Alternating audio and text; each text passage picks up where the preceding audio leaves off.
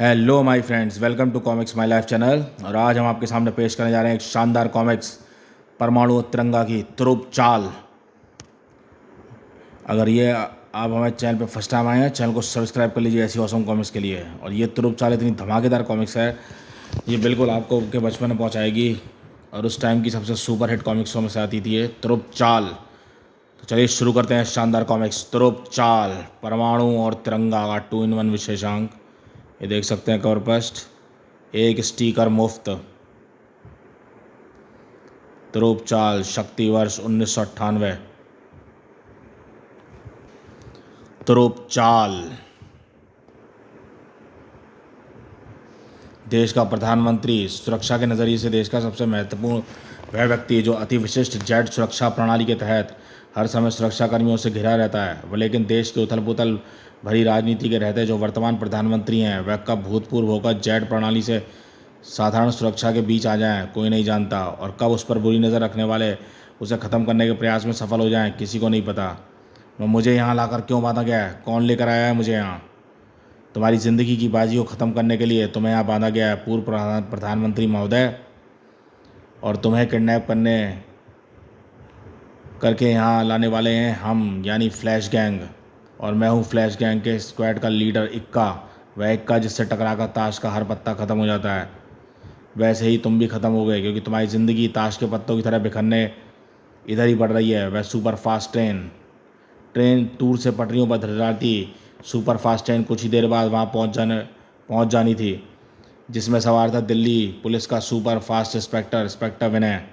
मैं आपका बहुत शुक्रगुजार हूँ जो आपने मुझे अपने डिब्बे में जगह दी। अब मैं आगरा में की गई केस की छानबीन की फाइल को सही समय पर पुलिस हेडक्वार्टर पहुँचा सकूँगा। डोंट माइंड इंस्पेक्टर, कानून के रखवालों की मदद करना मैं अपना फ़र्ज समझता हूँ। ओहो, ये इमरजेंसी अलार्म क्यों बजा है? पाँ पाँ पाँ पाँ पाँ, यह तो तभी बजता है जब इंजन के सामने कोई भारी गड़बड़ हो। मुझे इंजन के ड्राइवरों के पास पहुंचकर उस गड़बड़ के बारे में जानना होगा। गार्ड तेजी से अपने डिब्बे से दूसरे डिब्बे की तरफ दौड़ लगा दी। और अब इंस्पेक्टर विनय विभाग कहाँ ठहरने वाला था? अगर इंजन के सामने ट्रैक पर सचमुच कोई गड़बड़ है तो इस ट्रेन में सवार सैकड़ों यात्रियों की जान खतरे में होगी। इसलिए ऐसे में ज़रूरत है उसकी जो ट्रेन से पहले सामने मौजूद गड़बड़ तक पहुंच जाए।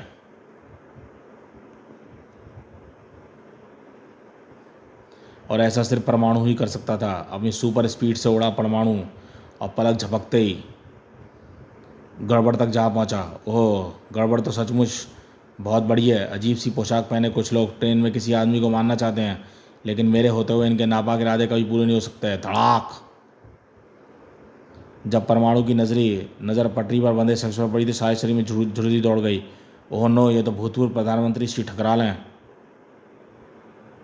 अच्छा हुआ कि मैं सही समय पर पहुंच गया और एक अनर्थ होने से बच गया।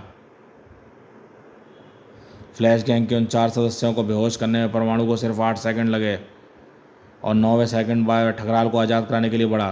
ट्रेन का ड्राइवर भी ट्रेन को रोकने का प्रयास कर रहा होगा, लेकिन मुझे नहीं लगता कि ट्रेन यहाँ पहुँचने से पहले रुक जाएगी। इसलिए मुझे ठकराल साहब को यहाँ से हटा लेना चाहिए ट्रेन के यहाँ आने से पहले ही। ओह कूँ! फ्लैश गैंग की दुग्गी दिक्की को पीट कर तूने कैसे सोच लिया बेवकूफ़ खिलाड़ी कि तूने बाजी जीत ली है? क्योंकि इक्का ताश की गड्डी में एक ऐसे ताश भी हैं जो तुझे क्या हाथी तक को रोक दें। ओहो हाँ, देखा परमाणु, रुक गया ना तू? अब तू उड़ नहीं सकता क्योंकि तू बुरी तरह चिपक गया है। इक्का ठीक कह रहा है, मैं उड़ नहीं पा रहा हूँ, लेकिन इस कैद से छूटना मेरे लिए बहुत आसान है। यह बटन दबाकर अपने शरीर के अणुओं को विखंडित करके मैं ट्रांसमिट हो जाऊँगा और फिर दूसरा बटन दबाता हुआ ठकराल साहब तक पहुँच जाऊँगा। हाँ हाँ परमाणु, तू ठकराल को आखिरी सांस तक बचाने की कोशिश कर और मैं उसे मारने की कोशिश करता हूँ, और देखें हम में से तो कौन कामयाब होता है। तू ठकराल को ट्रेन से बचाने में कूँ, या मैं उसे ट्रेन से मारने में?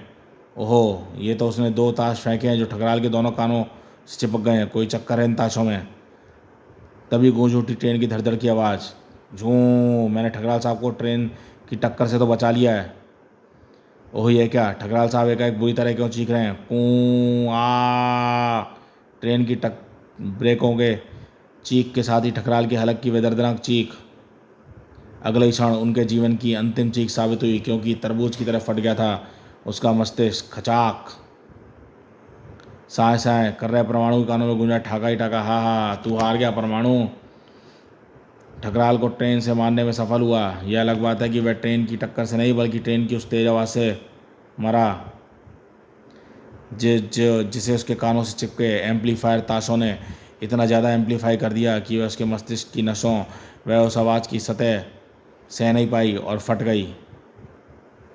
क्रोध से कांप उठा परमाणु, हत्यारे मैं तुझे जिंदा नहीं छोड़ूंगा। ऐसा करने के लिए तुझे मेरे पास आना पड़ेगा और मेरा ये ट्रिक पैक तुझे मुझ तक पहुँचने नहीं देगा और इतने समय में न जाने कहाँ से कहाँ पहुँच जाऊँगा।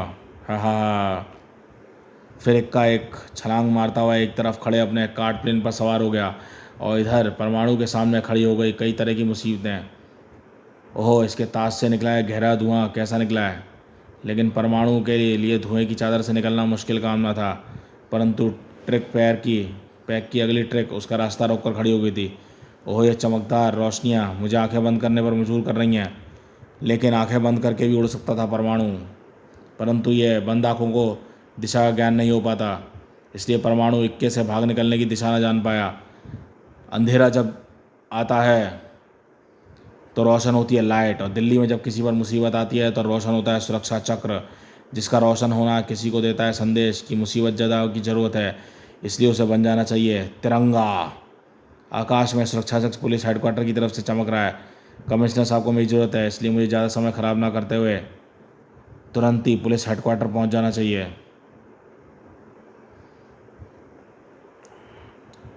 विद्युत की गति से रवाना हुआ तिरंगा, लेकिन आज तिरंगा की किस्मत में पुलिस हेडक्वार्टर पहुंचना नहीं लिखा था। यह नीचे क्या खेल खेला जा रहा है? ओह नहीं, ये मौत का खेल खेला जा रहा है, जो खेला जा रहा है पूर्व प्रधानमंत्री भीष्मराज सिंह के साथ। लेकिन अब मेरी नज़र इस खेल में पड़ गई है, इसलिए हो जाएगा इस खेल का दी एंड, क्योंकि अगर ख़त्म कर डालेंगे गद्दार कोई देशभक्त हस्ती, ओहो भड़ाक, तो फिर ख़त्म हो जाएगी वतन पस्ती। तिरंगा की उपस्थिति का आभास होते ही गुलाम और दहला संभले।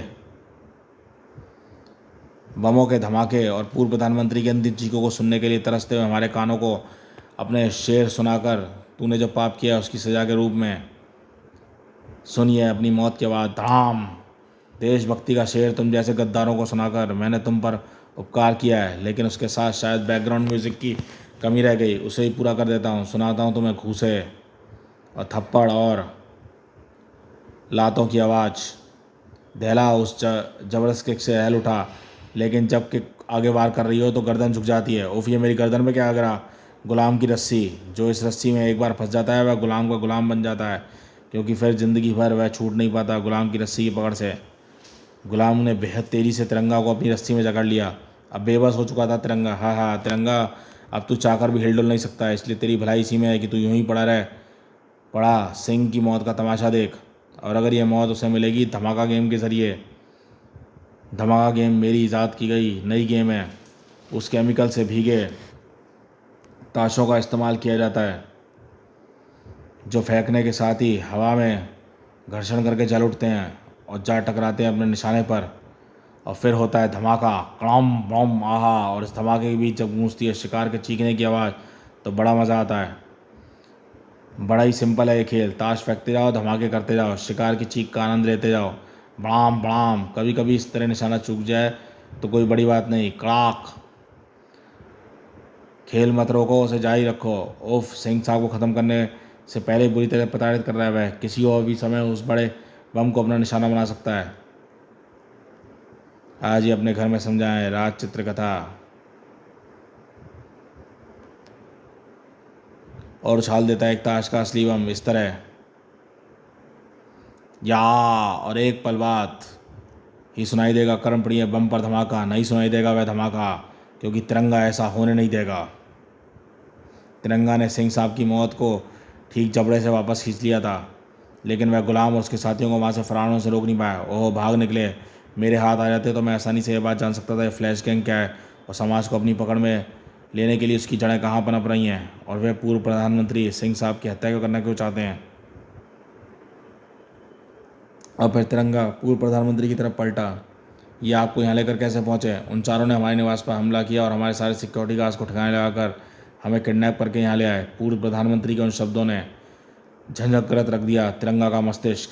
फ्लैश गैंग सिंह साहब की हत्या करना चाहता है तो उन्होंने उन्हें उनके निवास पर क्यों नहीं मार डाला? उन्हें यहाँ क्यों लेके आया और किडनैप किया और उनकी हत्या के लिए सुनसान जगह की बजाय शहर के इस इलाके को क्यों चुना? प्यों प्यों प्यों सवाल कहीं है, उनके जवाब अगर मैं खोज लूँ तो शायद एक बहुत बड़े रहस्य का पर्दाफाश हो सकता है। पुलिस यहीं आ रही है सर, वे आपको किसी सुरक्षित स्थान पर पहुँचा देगी। चलता हूँ। अब मुझे यहाँ से सीधा पहुँचना है पुलिस हेडक्वार्टर, जहाँ आकाश में चमक रहा है सुरक्षा। अरे, सुरक्षा चक्र का आकाश में चमकना तो बंद हो गया, इसका क्या मतलब है? मुझे इस बारे में तुरंत ही कमिश्नर साहब से मिलना होगा। तिरंगा, तुम यहाँ इस समय कैसे? आपके सभी सवालों का जवाब मेरे सवाल से जुड़ा है कमिश्नर साहब, इसलिए कृपया करके ये बताएं, अभी कुछ देर पहले आपने सुरक्षा चक्र क्यों रोशन किया था? नहीं, मैंने ऐसा तो नहीं किया। ओह, इसका मतलब सुरक्षा चक्र की लाइट को किसी और ने ऑन किया था, और निसंदेह उसका मकसद मुझे बुलाना ही था। लेकिन वह था कौन? वह जो भी था, ये लेकिन मुसीबत ज़्यादा हरगिज़ नहीं था, वरना वह सुरक्षा चक्र को ऑफ नहीं करता। जल्दी मैं इसका पता ला लूँगा वह कौन था। फिर तिरंगा एक पल वहाँ नहीं रुका। Flash gang. शाबाश इक्का और गुलाम, तुम दोनों ने अपने अपने हिस्से का खेल बहुत शानदार ढंग से खेलकर जीत हासिल की है। तुम्हारी इन जीतों के साथ आधी बाजी हमारे हाथ आ चुकी है। बाकी आधी बाजी को तो मैं और रानी चुटकियों में जीत लेंगे, और इसी जीत के साथ हम सब की काबिलियत से हमारा फ्लैश गैंग नए शहर में अपने पाँव जमा लेगा, और इन पाँव में पड़ी होगी अरबों खरबों की दौलत। हा हा हा हा। बादशाह के सभी ठाका लगा उठे। एकाएक बादशाह ने ठाका लगा बंद किया और तेजी से रानी की तरफ पलटा। तुम्हें अपने हिस्से का खेल खेलने के लिए तुरंत निकल जाना चाहिए। तुम्हें मालूम है ना तुम्हारा शिकार कौन है? हाँ बादशाह, रानी सब जानती है, और उसे अपने हिस्से का खेल कब कहाँ किसके साथ खेलना है। फ्लैश गैंग द्वारा शहर में एक और बड़ी वारदात की तैयारी चल रही थी, जिसका पता जल्द परमाणु को चलने वाला था। अजीब अजीब शौक है लोगों के, रात को बैलून की मदद से हवा में तफरी कर रहे हैं, किंतु क्या उन्हें नहीं पता कि रात के समय बैलून आना खतरे से खाई नहीं। उस बैलून को देखते परमाणु की प्रशंसा वही निगाहें आश्चर्य से फंस जाएंगी। वही है क्या, वह बैलून तो अनंत सा उस ऊंची इमारत से टकराने के लिए बढ़ रहा है। अगर मैंने इस टकराव को नहीं रोका तो बेमौत मारे जाएंगे बैलून में सवार व्यक्ति। ओह नो, बैलून सवार तो पहले ही मारे जा चुके हैं, और इन्हें अपना निशान बनाया फ्लैश गैंग की रानी ने, क्योंकि इन सभी पर रानी के कार्ड थसे हुए हैं। लेकिन इन सब की हत्या किसने की, और ये किसके सुरक्षा गार्ड हैं? परमाणु तो परेशान है, और तेरी परेशानी दूर करेगा ताश का यह पत्ता। इस ऊंची इमारत पर खड़ी रानी के हाथ से छूटा हुआ पत्ता अंधेरे में किस चीज़ से टकराया, और दूसरे क्षण परमाणु के काले कानों में गूंजी आवाज़, बचाओ हमें बचाओ। ओह नो, बैलून की टोकरी के नीचे रस्सी में कोई बंधा हुआ है। हाँ हाँ, अंधेरे में मैं नीचे जानबूझकर टकराया था ताकि रस्सी काटकर उसे मौत के मुंह में भेज दिया जाए, लेकिन मैं ऐसा हरगिज़ नहीं होने दूंगा। परमाणु तेजी से लहराकर संभल दिया उस शख्स को, और तब वह चौंका। ओह नो, ये तो पूर्व प्रधानमंत्री दिनेश गांधी हैं। अब इस इमारत में खड़ी रानी नाम की चुड़ैल को दबोचा जाए। जिसने दिनेश गांधी को मारना चाहा वह तो मौका पाकर फरार हो गई। फिर परमाणु दिनेश गांधी को लेकर उड़ चला उनके घर की तरफ। बहुत देर बाद संभल पाए दिनेश गांधी उस हौलनाक घटना के झटके से। पिछले 3 दिनों में हमारे सहित 3 पूर्व प्रधानमंत्रियों को मारने का प्रयास किया गया, और ठकराल को मारने में तो हत्यारे सफल भी हो चुके हैं, और यह सब हुआ हमारी सुरक्षा व्यवस्था में बरती जाने वाली ढील के कारण। हम आज ही पूर्व प्रधानमंत्री के एक प्रतिनिधिमंडल से इस विषय में राष्ट्रपति से मिलेंगे। वर्तमान सरकार से काफ़ी नाराज हैं पूर्व प्रधानमंत्री महोदय। फिर परमाणु वहाँ से रुष्कात हुआ। पूर्व प्रधानमंत्री दिनेश गांधी का माननीय राष्ट्रपति तक पहुँचना तुरंत ही रंग लाया। सभी पूर्व प्रधानमंत्रियों की सुरक्षा व्यवस्था को बेहद कड़ा कर दिया गया। तुरंत ही उस कार्रवाई से पसंद थे पूर्व प्रधानमंत्री देशभक्त तिरंगा भी, और इतनी कड़ी सुरक्षा व्यवस्था के बाद फ्लैश गैंग किसी पूर्व प्रधानमंत्री को निशाना बनाने का खतरा कभी मोल नहीं लेगा, और वंडरमैन परमाणु भी। प्रशासन तो अपना काम बखूबी कर रहा है, लेकिन फिर भी मैं पूरे शहर पर निगरानी करना नहीं छोड़ूंगा। लेकिन सभी को संतुष्टि का मतलब यह नहीं था कि फ्लैश गैंग भी संतुष्ट होकर बैठ गया। हमारी योजना ने हमारे मकसद के लोहे को बेहद गर्म कर दिया है। अब बस एक हथौड़े की चोट चाहिए, और फिर एक झटके में हम सफल हो जाएंगे, और वह चोट होगी एक और पूर्व प्रधानमंत्री पर। लेकिन अब ऐसा करना आसान नहीं होगा बादशाह। सभी पूर्व प्रधानमंत्री इस समय कड़ी सुरक्षा के बीच हैं। असंभव है उन तक पहुंचना, असंभव। हा हा हा। खिलाड़ी शातिर है तो ताश के खेल में असंभव कुछ नहीं होता, और जब बादशाह खुद खेल के मैदान में कूद जाए तो सारे असंभव काम संभव हो जाते हैं चुटकियों में। हा हा हा। अप्पू घर, दिल्ली में बच्चों की मौज मस्ती का सर्वोत्तम स्थान, जहाँ का खर्चीला मनोरंजन भी बच्चों का आकर्षण कम नहीं कर पाया। और इसका मुख्य कारण था आपको घर में आए दिन नए नए मनोरंजक झूले लगाए जाना। बच्चों के मनोरंजन के लिए इस रोलर कास्टर को यहाँ स्थापित किया गया है, जिसका उद्घाटन पूर्व प्रधानमंत्री श्री मनोज देसाई करेंगे। सबसे पहले रोलर कास्टर में बैठकर इधर पूर्व प्रधानमंत्री मनोज देसाई रोलर कास्टर में बैठे और इधर रोलर कास्टर के ऑपरेटर के होठों पर खेली वह मुस्कान। अपनी मर्जी से तुम रोलर कास्टर में बैठ तो गए हो, लेकिन उतरोगे मेरी मर्जी से। रोलर कास्टर दौड़ पड़ा भड़ड़ड़ड़ड़ड़, और तभी वहाँ उपस्थित लोगों की तालियां गूंज उठी, क्योंकि उद्घाटन का खेल खत्म हो चुका था। लेकिन किसी को क्या पता था कि मौत का खेल चालू हुआ है। और यह बात तुरंत लोगों को पता लगी। अरे 3 चक्करों के बाद तो रोलर एक्स को रुक जाना चाहिए था, ये तो अभी तक चालू है और साथ ही इसकी स्पीड बढ़ती जा रही है, क्या चक्कर है। अचंभित लोगों के मस्तिष्क में जो सवाल उठे थे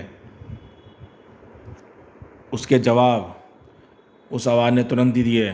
चक्कर समझने का चक्कर छोड़ो और मज़े से देसाई की मौत का नज़ारा देखो। और ऐसा ही होने दिया। जिस अनुपात से रोलर कोस्टर की स्पीड बढ़ती जा रही है, उसके हिसाब से देसाई की हृदय गति जल्दी रुक जाएगी। ओह, यह तो हमारा ऑपरेटर नहीं है। सिपाहियों, रोको इसे। कई सिपाही तेज़ी से कंट्रोल रूम की तरफ भागे, लेकिन कंट्रोल रूम के नहीं, मौत के पास पहुँचे। और उन्हें वहाँ पहुँचाने के साथ ही मौजूद बच्चों की सवारी के लिए इस्तेमाल किया होने वाला मिनी टैंक रोलर कोस्टर को असेंबल करने वाले मैकेनिक मेरे ही आदमी थे। इन्होंने यहाँ के झूले में ऐसे इंतजाम किए हैं कि बादशाह की इस जंग में सबकी मात हो। धम्म। इन्होंने सिर्फ मिनी टैंक को नहीं, इन खिलौना कारों, झूले के प्लेनों और मेटल के इन क्लोनों को भी घातक रूप दे दिया था। पूर्व प्रधानमंत्री के साथ वहाँ मौजूद हर शख्स पर मुसीबत का पहाड़ टूट पड़ा था।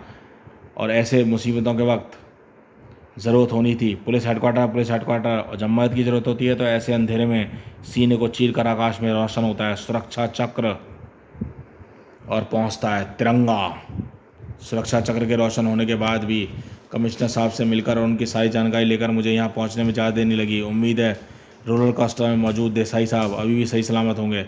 पहले मुझे उन्हें बचाना होगा और फिर देखना होगा कि देसाई साहब को मौत के शिकंजे में फंसाने वाले बादशाह को सही समय पर पहुँचा दूँ। तिरंगा, मैं चाहता तो तेरी आंखों के सामने ही देसाई अपना दम तोड़े। वैसे तुझे बता दूं कि देसाई तक पहुंचने की कोशिश बेकार है। धड़ाक। क्योंकि रास्ता ऐसा नहीं है कि तू उस तक पहुंच पाए। मुश्किलें लाख खड़ी हों, करें रोकने वाले, मंजिल पर पहुंच ही जाते हैं पहुंचने वाले। खनाक। रास्ते की अड़चनों को हटाकर रोलर कास्टर की तरफ दौड़ पड़ा जियाला। उफ, रोलर कास्टर पर मौजूद देसाई साहब की हालत बहुत ख़राब है। उसे ना रोका गया तो कभी भी उनकी जान जा सकती है।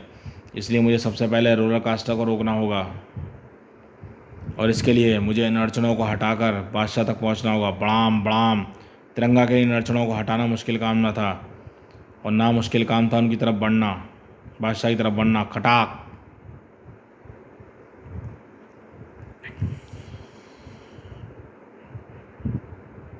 लेकिन देसाई को बचाना मुश्किल काम था। तेरी फुर्ती की दाद देनी होगी तिरंगा, लेकिन बदकिस्मती कि तू देसाई को नहीं बचा पाएगा, क्योंकि जिस रोलर कास्टर में बैठा है वह अब ज़मीन पर नहीं हवा में दौड़ेगा। इन फ्लाइन कार्डों की बदौलत जिन्हें पहले से ही कास्टर में फिट किया गया है। बादशाह के उस लीवर खींचने के साथ ही कास्टर पूर्व प्रधानमंत्री मनोज देसाई को लेकर जंबो जेट की तरह हवा में सनसना उठा। ओहो, और अब वह इतनी तेज़ी से हुआ कि तिरंगा कुछ भी ना कर सका।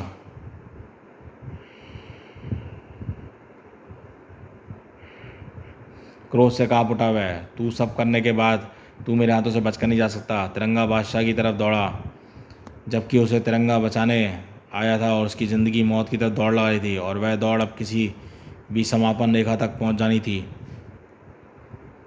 क्योंकि खुले आकाश में ना तो पूर्व प्रधानमंत्री मनोज देसाई खुद बच सकता था और ना ही उसे कोई बचाने वाला था। या शायद था, और वो था आकाश का रखवाला परमाणु। सही समय पर पहुंचकर मेरी नज़र देसाई जी की जान और आज मौत के शिकंजे में फंस गई होती पड़ गई। हवा के सिपाही ने अपना फ़र्ज़ निभाया, अब बाई थी धरा के सिपाही की। तिरंगा क्रोध बता रहा था कि जिस तरह उसने दरवाज़ा चकनाचूर किया है उसी तरह वह चकनाचूर करेगा बादशाह को भी। बादशाह जंग में बादशाह की हार से पूरी सेना की हार होती है। आज तुझे ख़त्म करके मैं ख़त्म कर दूंगा फ्लैश गैंग को भी। तनिक भी विचलित हुआ बादशाह और एक कार्ड उछाला, तिरंगा पर व्यंग कसा। जंग में झंडे नहीं लड़ा करते तिरंगा, जंग में जीतने के लिए धरती के सीने में निशान ठोक दिए जाते हैं। बादशाह ने स्मोक कार्ड पूरे काले घने धुएं से ढक लिया। हा हा, और जब धुआं छटा तो एक मजबूत कैद में था तिरंगा। ले बादशाह के जीत हुई और तिरंगा की बन गई गठरी। और जब इस गठरी को इन पटरियों में फेंक देता हूँ, क्योंकि इस गठरी को यमराज तक पहुँचाना है।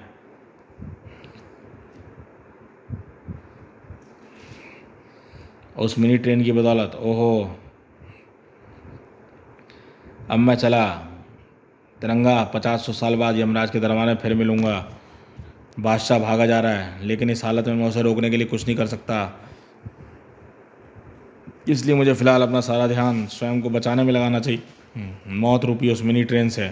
धीरे धीरे ट्रेन की स्पीड बढ़ती जा रही थी और इसी के साथ तिरंगा की ज़िंदगी कम होती जा रही थी। तिरंगा की ज़िंदगी और मौत में बहुत फासला कम था, लेकिन आखिरी समय तक मौत से जूझते रहना तिरंगा की फितरत में शामिल था। धप्पा वप और उसकी यह फितरत रंग लाई और कुछ ही देर में 3 रंग जो जिस्म नीचे पड़ा था उसमें मिनी ट्रेन के ऊपर नजर आने लगा। और पटरियों से स्वयं उछालकर यहाँ पहुँचने में मैंने अपनी जान तो बचा ली, लेकिन अगर जल्दी मैंने अपने बंधनों से आज़ाद नहीं किया तो मौत कभी मुझे अपने आगोश में ले सकती है। और अपने आप को इन बंधों से आज़ाद कराने के लिए सीधा सा उपाय है कि सामने आने वाली मिनी सुरंग जैसी ट्रेन की उस सुरंग के नीचे से गुजरेगी, मैं अपने हाथों को ऐसे झुका दूंगा और रस्सी सुरंग की सतह से रगड़ खाएगी और इतनी कमज़ोर हो जाएगी कि ज़रा सी ताकत लगाकर उसे आसानी से तोड़ा जा सके। और अब मैं तोड़ूंगा बादशाह को। तिरंगा बादशाह जा चुका है, लेकिन इस खुशी की बात है कि हमने उन्हें बचा लिया है, इन्हें बचा लिया है। परमाणु, यह ठीक है कि हमने इन्हें बचाया है, किंतु क्या तुम्हें यह नहीं लगता कि यह सब उनकी साजिश में शामिल था?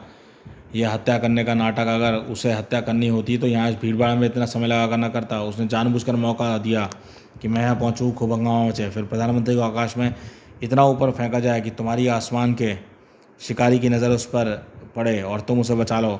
फिर मुझसे बचकर भाग निकलने का भी उसका प्लान, निर्धारित प्लान था। तुम तो थे ही आसमान पर। तिरंगा, तुम ठीक कह रहे हो, ऐसा ही कुछ मेरे साथ हुआ है। जब मैं आकाश में गश्त लगा रहा था तो एक आश्चर्यजनक दृश्य पर मेरा ध्यान आकर्षित हुआ, जैसे वह घटना जानबूझकर मेरे ध्यान आकर्षण के लिए सेट की गई थी। दिनेश गांधी के बॉडी गार्डों की तरह।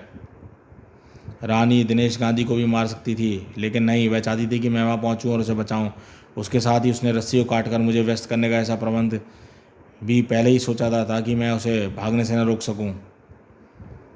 और भीष्मराज सिंह की घटना में तो गुलाम ने सुरक्षा चक्र जलाकर बाकायदा मुझे निमंत्रण दिया मैं उस रास्ते से गुजरूं और ज़बरदस्त ड्रामा देखकर उनसे भिड़ जाऊं। और तो और मुझे कैश करने के बाद भी उसने जानबूझकर एक जलता हुआ कार्ड मेरे पास फेंका ताकि मैं आज़ाद होकर उस ड्रामे की कलाई के मैक्स लड़ाई कर सकूँ। अब इससे पहले कि ये कई प्रधानमंत्रियों विशेष व्यक्तियों की हत्या हुई है, लेकिन उनमें किसी तरह का नाटक नहीं होता था। हाँ तिरंगा, तुम बिल्कुल ठीक कह रहे हो। इन्होंने ठकराल साहब की हत्या करनी ही थी तो वे सफल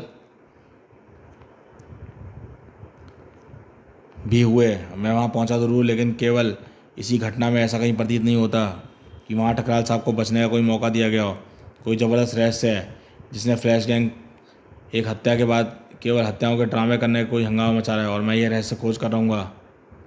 सुबह के अखबारों में सुर्खियां भरी खबर थी, पूर्व प्रधानमंत्री के लिए टाउनशिप बनाने की योजना स्वीकृत। किंग सिटी पूर्व प्रधानमंत्रियों पर लगातार होते हमलों के सरकार को 5 अरब की टाउनशिप योजना बनाने पर मजबूर किया, और इसी के साथ दोनों एक दूसरे से मिलने के लिए बेताब उठे। मुझे इस विषय में खोजबीन के लिए तुरंत ही परमाणु से मिलना होगा। तिरंगा से मिलकर इस बात की गहराई में पहुंचा सकता है। उनसे मिलने के लिए मुझे रात का इंतजार करना होगा, क्योंकि रात में अंधकार में ही आकाश में चमक सकता है सुरक्षा चक्र। ओह, सुरक्षा चक्र पुलिस हेडक्वार्टर की तरह चमका है सुरक्षा चक्र। मुझे तुरंत ही यहाँ पहुँचना चाहिए, क्योंकि यहाँ बड़ी बेताबी से मेरा इंतजार कर रहे होंगे। कमिश्नर साहब, अरे ये तो कमिश्नर नहीं परमाणु है। आओ तिरंगा, मुझे तुम्हारा ही इंतजार था। अब शुरू हुआ देश की आन पर तलवार की तरह लटकी एक गंभीर समस्या विचार विमर्श। तुम्हें याद होगा, परमाणु पिछली सरकार जब सत्ता में थी तो उसने प्रधानमंत्रियों की सुरक्षा के लिए एक अलग टाउनशिप बनाने की योजना बनाई थी। उस समय विश्व भर के अखबारों में सुर्खियों में थी ये खबर। उस योजना पर अरबों खरबों रुपया खर्च होने वाला था, इसलिए विपक्ष ने उस योजना को रोक दिया था। अब उससे पहले कि उस योजना पर दोबारा कार्रवाई की जाती, सरकार गिर गई, और फिर गिरी हुई किसी भी सरकार ने उस योजना पर ध्यान नहीं दिया। लेकिन आज सरकार को इस योजना को लागू करने का आदेश देना ही पड़ा, और ऐसा करने के लिए सरकार को मजबूर किया गया। क्या मतलब यह है कि पूर्व प्रधानमंत्रियों पर हमला करने की इस बात की ज़रूरत पैदा की गई, और पूर्व प्रधानमंत्रियों के लिए टाउनशिप बनाने की योजना तुरंत ही कार्य रूप में दिया जाए। सनसना उठा परमाणु का मस्तिष्क। लेकिन इन सब के पीछे किसका फ़ायदा हो सकता है? ठेकेदार रमेश तनेजा का। टाउनशिप बनाने का काम उसी को सौंपा गया है, वो भी जबकि ठेकेदारों से उसका रेट दुगना है, और इसलिए इस रहस्य तक पहुंचने के लिए हमें तुरंत ही दबोचना होगा ठेकेदार रमेश तनेजा को।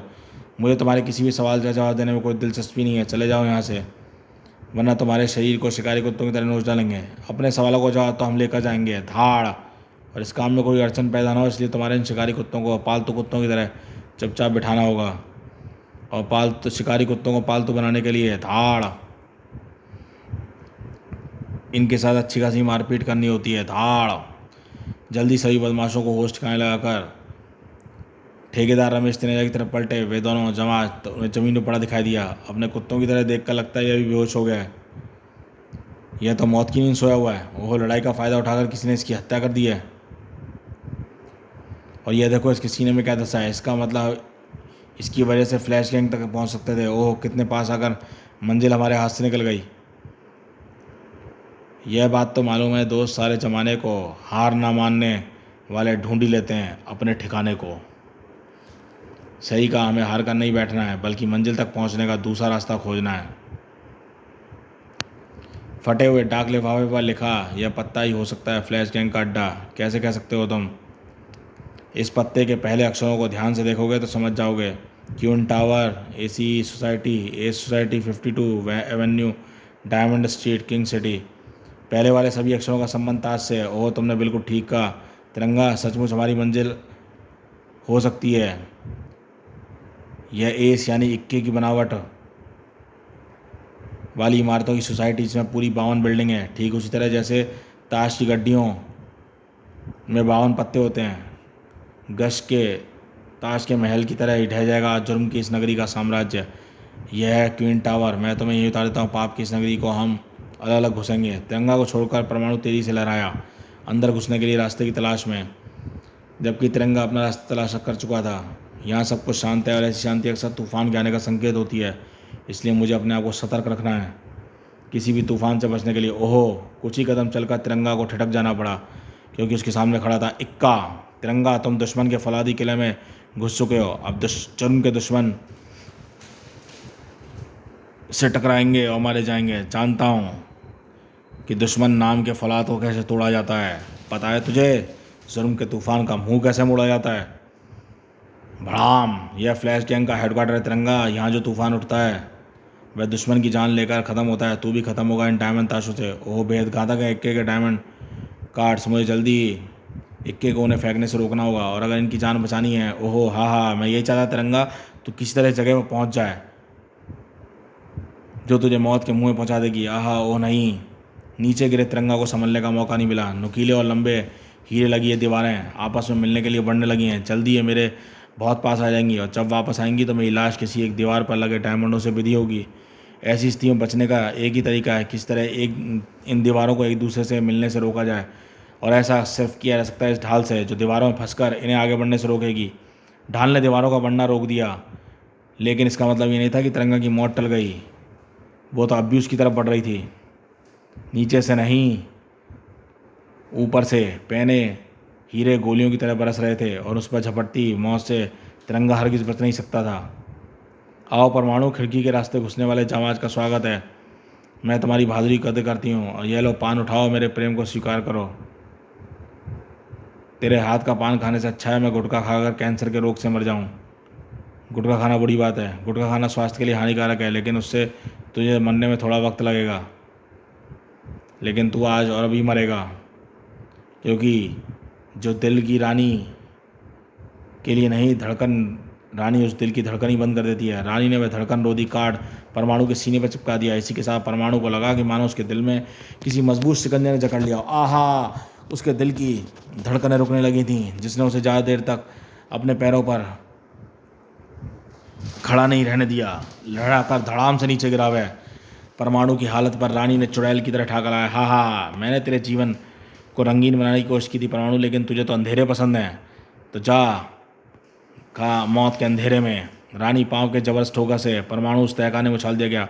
पान की रानी हूँ मैं, इसलिए अपने दुश्मन को पान में लपेट कर मौत के मुंह में डालने में मुझे बड़ा मज़ा आता है। अपने दुश्मन का पान बनाने के लिए मैं गिराती हूँ इसी तहखाने में, जहाँ मेरा दुश्मन जा गिरता है एक बड़े से पान के पत्ते पर, और तब उस पर गिरता है गाढ़ा कत्था, फिर चूना, और उसे प्लास्टर की मजबूती से जकड़ कर उसे हिलने डुलाने भी छोड़ा। फिर उसके बाद गिरती हैं ढेरों सुपारी, और फिर सुपारी में उस बड़े पान को लपेटती हैं, और इस तरह तैयार होता है दुश्मन के पान का बीड़ा। और जब रोलर के सहारे चलता है तो वह धड़कन नोदी कार्ड का असर खत्म हो चुका था, लेकिन अब तो ये चबाने के तैयार है मौत के जबड़े, चूने कत्थे गोंड के और सुपारी के और इस अनोखे पकड़ वजह से मैं अपनी लाख कोशिश के बाद तिल भी हिल नहीं पा रहा हूँ। अब तो मुझे अपना जीवन ख़त्म ही समझना चाहिए। परमाणु यह शख्स भी जीने की आस छोड़ चुका था। इससे ये बात साथ थी कि मौत परमाणु को विजय पाने जा रही है, जबकि इधर मौत को हराने में जुटा हुआ था तिरंगा। बीच में अटकी ढाल के एकदम नीचे आकर मैंने अपने ऊपर गिरते नुकीले हिनों से अपनी जान बचा ली है, लेकिन ऐसा मैं ज़्यादा देर तक नहीं कर पाऊँगा। हीरों की तेज़ धार से कटने जा रही है और धार कटने की देर है, सिर्फ ढाल की पूरी तरह कटने की देर है, फिर इसके सारे दोनों दीवारें आपस में मिल जाएंगी। और ऐसा होने से मुझे अपने बचाव का दूसरा इंतजाम करना चाहिए, चाहे इस डायमंड की मदद से, जो इस दीवार में लगे हीरों को तोड़कर इतनी जगह बनाएगा कि मैं आसानी से इसमें खड़ा होकर बच सकूं। और इधर तेजी से तिरंगा के हाथ सफल हुए, उधर हीरे ढाल को काटने में, और इसी के साथ दोनों दीवारें तेजी से एक दूसरे में जुड़ती चली गईं, लेकिन एक झटके में आपस में मिल गई। लेकिन तिरंगा को इससे कोई फ़र्क नहीं पड़ने वाला था। वह ना तो सिर्फ अपनी जान बचाने में बल्कि वहाँ से बाहर निकलने में भी सफल हुआ। धड़ाक! लेकिन इक्का के रूप में उस मुसीबत उसके सिर पर खड़ी थी। तुझे फिर एक नई मुसीबत में फंसाने के लिए इक्का तेरे सामने है। अपनी आँखों को जो खुली रखे इंसान, दूसरा वार भी ना कर पाए तुम जैसे शैतान। जल्दी तिरंगा ने इक्का के होश उड़ा दिए, धम। लेकिन ऐसा करने के बाद भी ख़त्म नहीं हुई उसकी मुश्किलें। वह तो एक नए रूप में तिरंगा के पास जा पहुंची। तिरंगा, तुझे अपना गुलाम बनाने मैं आ गया हूँ। धड़ाक! और तिरंगा अपने होश खो बैठा। इसी बीच मौत के ठीक मुंह में आकर आ गया था परमाणु। दूसरे ही पल दोनों जबड़े आपस में मिले, लेकिन खुशकिस्मत निकला परमाणु। चारों तरफ सुपारी होने की वजह से उसे नुकसान नहीं पहुंचा। जबड़ों ने पान की सख्त जकड़ को काट डाला है। अब मैं कोशिश करके हिल सकता हूँ, लेकिन किस्मत से मुझे बचने का एक अवसर दिया है। इसका लाभ उठाते हुए मुझे यहाँ से बच निकलने की कोशिश करनी चाहिए। जबड़े दोबारा आपस में जुड़ें उससे पहले ही। खटाक! अब जबड़ों के आपस में जुड़ने से परमाणु को कोई नुकसान नहीं था। वह ट्रांसमिट हो चुका था और पहुंच चुका था रानी के ठीक पीछे। खूबसूरती की आड़ में खेला जाने वाला तेरा घिनौना खेल खत्म हुआ डायन। धाड़! अब ये 1 घंटे से पहले नहीं उठने की। परमाणु का सारा क्रोध भरा था उस प्रहार में जिससे सहकर कांप पाती रानी। बेगम तो गई, अब बादशाह को ढूंढा जाए। परमाणु बादशाह को जीतने के लिए चढ़ पड़ा था। इधर गुलाम जीत चुका था तिरंगा को। अब अपना मन बहलाने के लिए गोल्फ खेला जाए। गोल्फ जिसमें ज़रूरत होती है क्लब स्टिक की और एक बॉल की, जिसे खेलता हूँ मैं एक जंबो बॉल से। क्लब इंग्लिश में चिड़ी के पत्ते को कहते हैं। और इस जंबो बॉल को 500 मीटर तक उछाल फेंकेगा मेरा मैकेनिकल क्लब स्टिक। गुलाम द्वारा गिरी बॉल दूर फेंकी। ओहो, ये बॉल तो टूट गई। सामान्यतः गोल्फ की बॉल टूटा नहीं करती। देखें इसमें क्या भरा है। गुलाम की ठोकर बॉल ने ऊपरी पात लगी। ओहो, यह तो हमारा मेहमान है तिरंगा। चलो मेहमान के साथ गोल्फ खेलते हैं। तिरंगा इस होल में गिरते ही तू करेगा आसमान की सैर, क्योंकि इस होल में लगा है पावरफुल स्प्रिंग जो तुझे 300 फीट ऊपर उछाल देगा।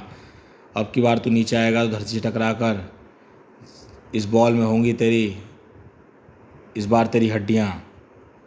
300 फुट से नीचे धरती से टकराने वाला आज तिरंगा, लेकिन आसपास कुछ ऐसा नहीं था। ऐसा कोई नहीं था तिरंगा को बचा लेता। होश में आने के बाद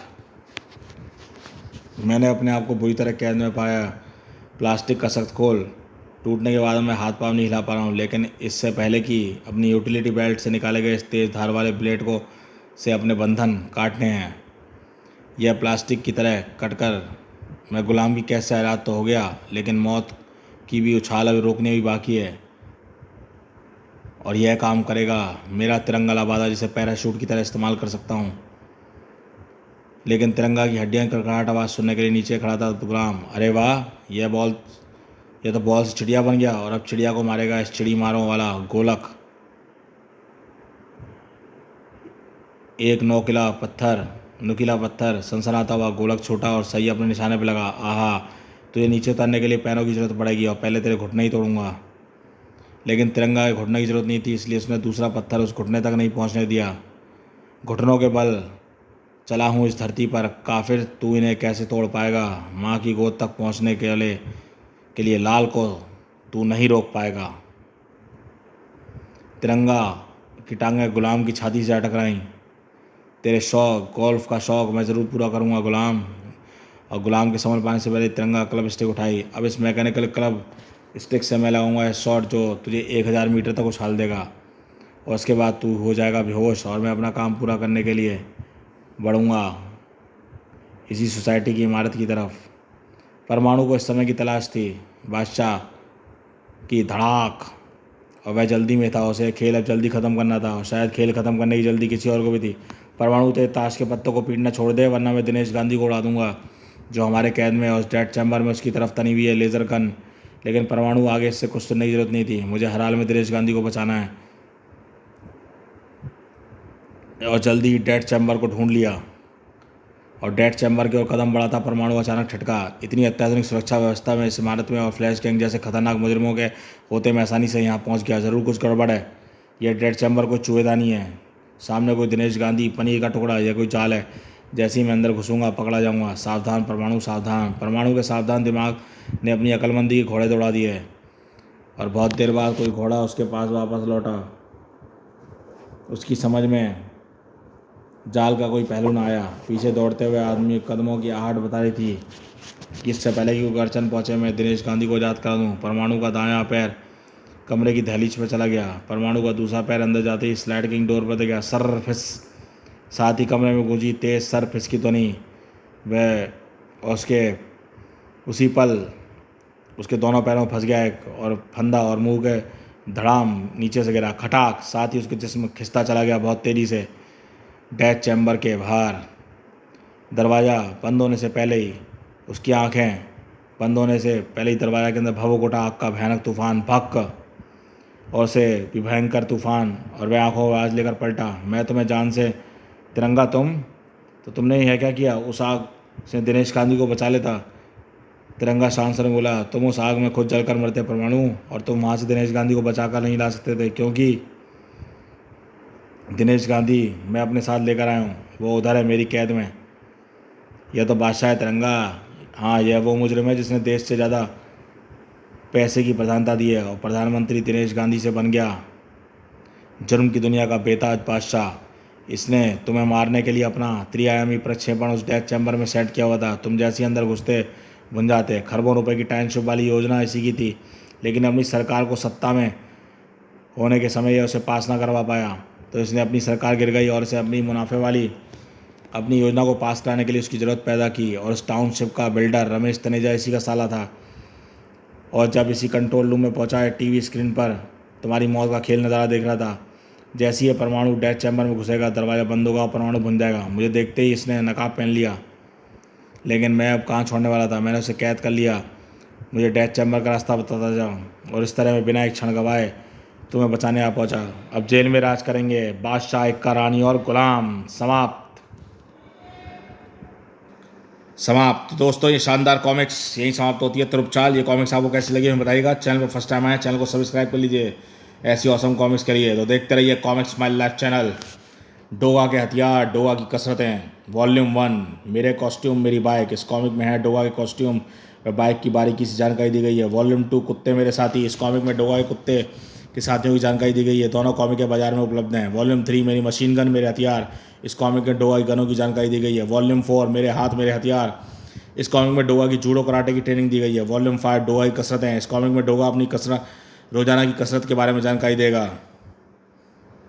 प्रत्येक कॉमिक का मूल्य 8 रुपये। बुक स्टॉल पर ना मिलने पर हमें लिखें। प्रकाशक राजा पॉकेट बुक, 300 तेगोबे, बुराड़ी, दिल्ली 110084। शक्ति वर्ष 1998।